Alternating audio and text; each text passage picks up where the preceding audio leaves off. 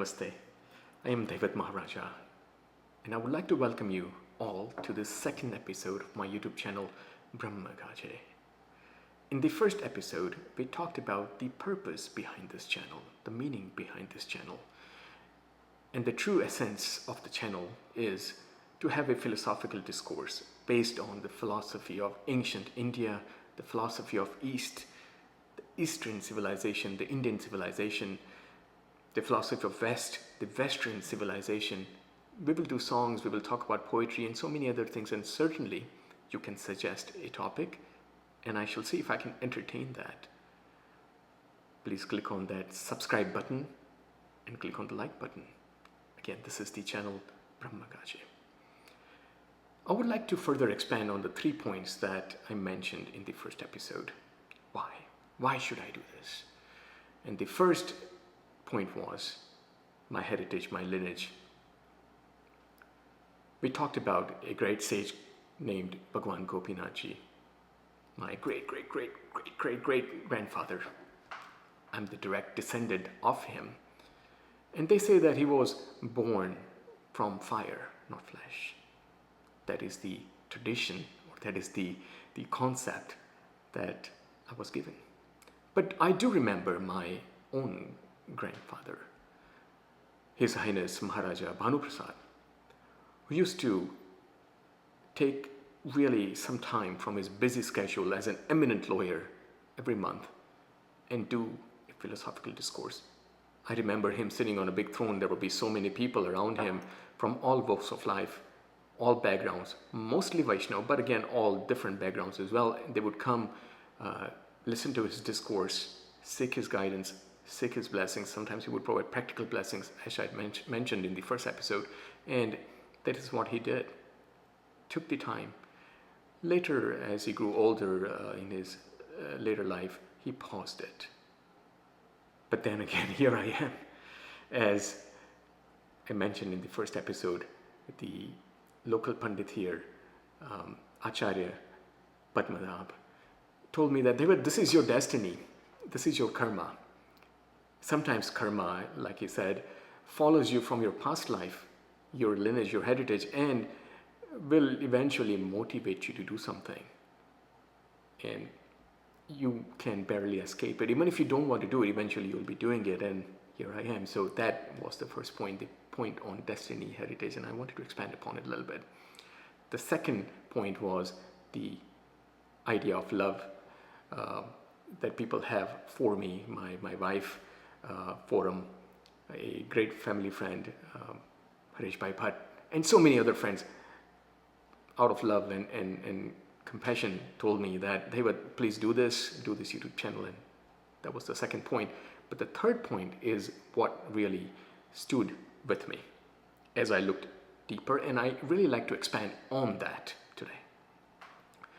I mentioned a poetry by Narsingh Mehta, Hun karu ej agyanata, shakatano bharaja mishwanathane. I am not the doer, and in the first episode I mentioned that, think about it, the poetry here gives an example of a dog walking under a bull cart thinking that he's the one who is pulling all the weight, but yet in reality the bull is pulling the weight, but he is mistaken and mistakenly thinks that he's the one doing it, pulling all the weight.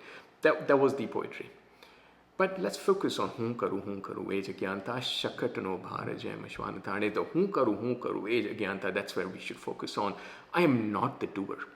And if you are thinking that you are the doer, that is the ignorance. So why should I do it? If I, again, take it to that third answer, the third point that sticks with me, I'm not the doer. Yet you see me doing it. So the idea of karma, good karma, let's say selfless karma, stands on this idea or this concept that the karma frees yourself, and in such a way that it gives you the eternal bliss, and you shall then resonate yourself with the energy of the cosmos. Your energy tunes itself with the energy of the cosmos. That is the Brahma Gaje idea, that you become part of the cosmos and cosmos become part of you. That is the true, free, non-binding karma. And when you do a karma and you detach yourself from its reward, its consequence, its outcome, then that karma becomes the true selfless karma.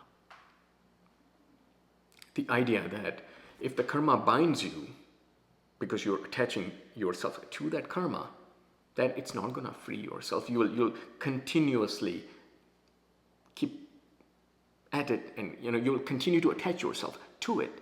It will not free yourself. And that is not the selfless karma. So the idea that I wanted to rest upon here is that why should I do this? And why am I doing it? Yet I'm saying I'm not the doer, yet you see me doing it. This concept is very hard, even for me to practice.